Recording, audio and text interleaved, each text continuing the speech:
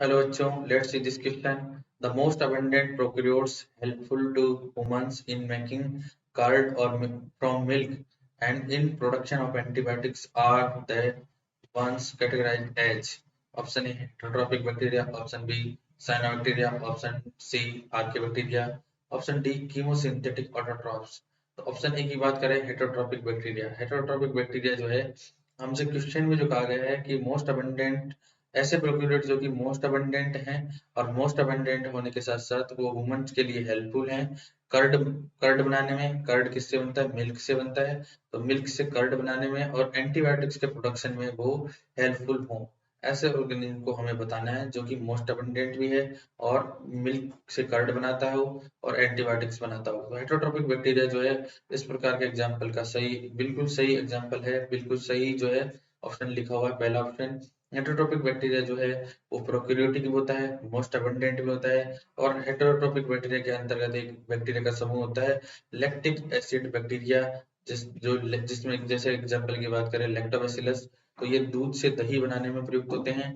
इसके साथ साथ जो है कुछ बैक्टीरिया जो है जैसे स्ट्रेप्टोमाइसीज जीनस की बात की जाए, स्ट्रेप्टोमाइसीज स्ट्रिप्टोमाइसिस जो जीनस है बैक्टीरिया का, ये एंटीबायोटिक्स प्रोड्यूस करता है और ये हेटरोट्रोपिक नेचर के होते हैं। तो हेटरोट्रोपिक जो बैक्टीरिया हैं वो दिए गए क्वेश्चन के अनुसार बिल्कुल सही आंसर है।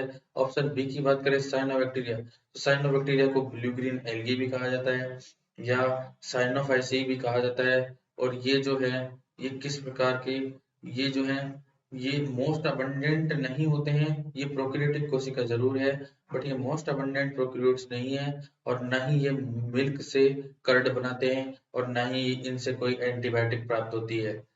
आर्की बैक्टीरिया की बात करें तो आर्की बैक्टीरिया जो है वो लगभग जो है एक्सट्रीम एनवायरमेंटल कंडीशन जो होती है वहां पर पाए जाते हैं और जहाँ बहुत ज्यादा हार्श कंडीशन है वहां भी ये सरवाइव कर पाते हैं।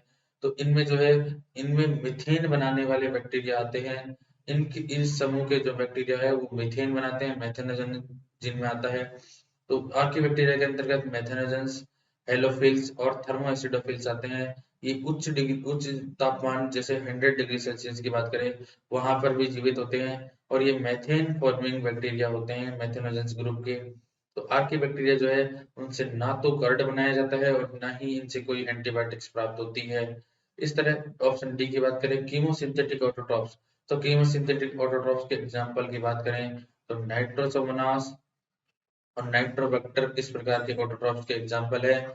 और ये दूध से दही नहीं बनाते, ये क्या करते हैं, ये जो है एटमॉस्फेरिक नाइट्रोजन जो होती है उसको फिक्स करने में हेल्पफुल होते हैं। तो नाइट्रोजन फिक्सेशन करते हैं, इनसे कोई भी एंटीबायोटिक प्राप्त नहीं होती है। तो ऑप्शन ए जो है वो सही आंसर है। Best of luck.